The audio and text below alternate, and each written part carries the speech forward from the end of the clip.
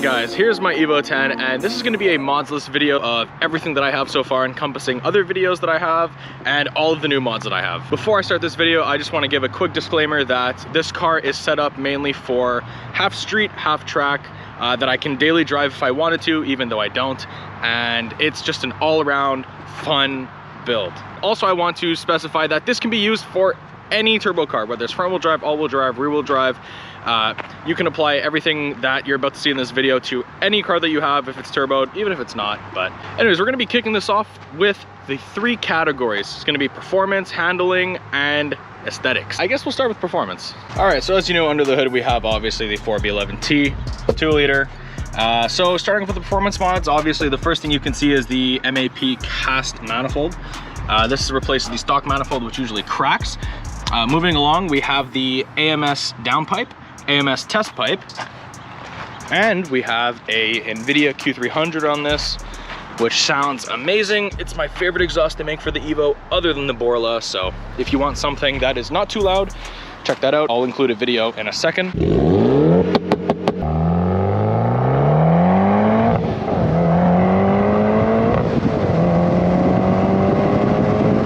Obviously, one of the more important ones is we have an intake and the Grimspeed 3-port boost controller. Furthermore, we do have a 4-inch ETS intercooler with all of the black powder coated ETS charge piping. This is a work in progress for custom wiring that I've done that I still need to trim down and hide. So that is not permanent, don't worry about it. Also, another, I guess, mod that you might want to consider is doing a Redline cocktail transmission oil flush.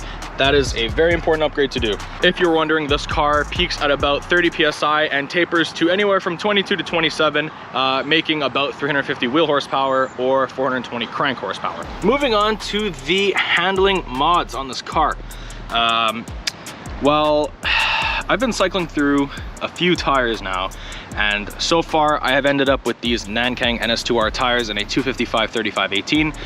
Personally, I find the wall height a little bit small, so next time I will be opting for either a 255/40 for ultra meat or a 265/35. Furthermore, I have Rotor Pros rotors in the back, and I have Gyrodisc 2-piece rotors in the front. These things are absolutely beautiful. And more importantly, I got them because they won't warp. I also have Ferodo DS2500 pads, which offer a quite substantial amount of stopping power, if I'm being honest. And I haven't had brake fade yet, so I'll let you know when I do. This car is also on lowering springs, an undisclosed brand of them. I would guess Eibach or Megan Racing or something like that.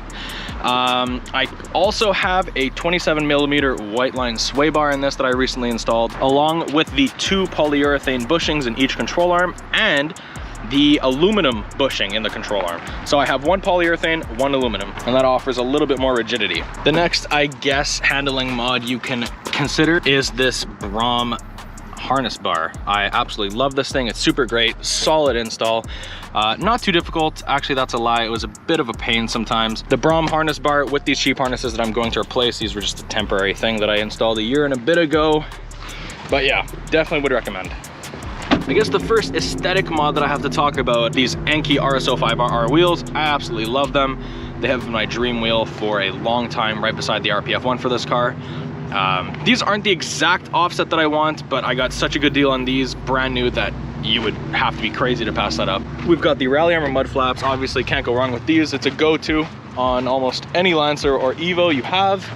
Gives it a really nice stance. I guess while we're back here, I can mention that I put a final edition wing on here that I also got a crazy deal on.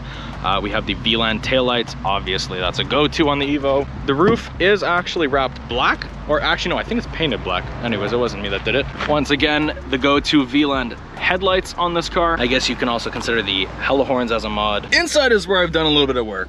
I started off installing these gauges here. So obviously I've got AFR, I've got boost, and the recent additions is oil temperature and oil pressure.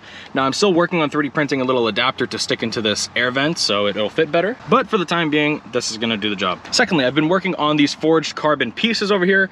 So I have that one, I have this one, which isn't perfect, but I have worked on it long enough to get sick and tired of it. So that's that, and I really like how it matches my forged carbon shift knob that I worked on. This is an absolutely beautiful piece that I poured a lot of time into, so it feels great, looks great, matches the car, and gives it a nice general upgrade from the OEM cheap look. Obviously, you can see I have the Android unit. That's another go-to on Lancers. It replaces the stock ugly radio. I don't know if you want to count it, but I also have a sub that I rigged up, an OEM sub with a Bose amplifier. For the oil pressure and oil temperature gauges, I should also mention that I have the Mitsubishi oil sandwich plate that I had to install, obviously with all the custom wiring that I had to do, which was a bit of a task, but nonetheless we get it done. I think I'd like to end this video off saying the next few things that I'm going to be doing. This car, my main goal with this car was to have a street track car. So one thing I've noticed is my oil temps, once I start romping on it, start to climb up a bit, get up to like 115-ish degrees Celsius, which is around 240, 250 Fahrenheit, which is too hot. Especially for the track, your oil pressure starts to come down from like 70 at 3K all the way down to maybe like 40, 50 PSI, which is really not optimal. So something I'm gonna be doing is switching to 5W40 oil.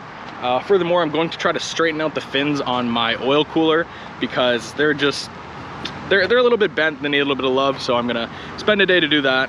Also, I need to get a catch can installed. So I'm debating whether I want to get just a small catch can until I install the MAP catch can, because the MAP catch can is about $1,000, so doing things in little steps. Hope you enjoyed this video, guys. I hope I answered all of your questions. If you have any other questions or just general thoughts or comments on not only this car, but things you should do to your car, or thoughts or opinions I have, I could spend all day talking about opinions I have on different parts for this car, so let me know in the comments if you have any of those. Feel free. Other than that, hope you guys enjoyed this video, and I'll see you in the next one. Take care.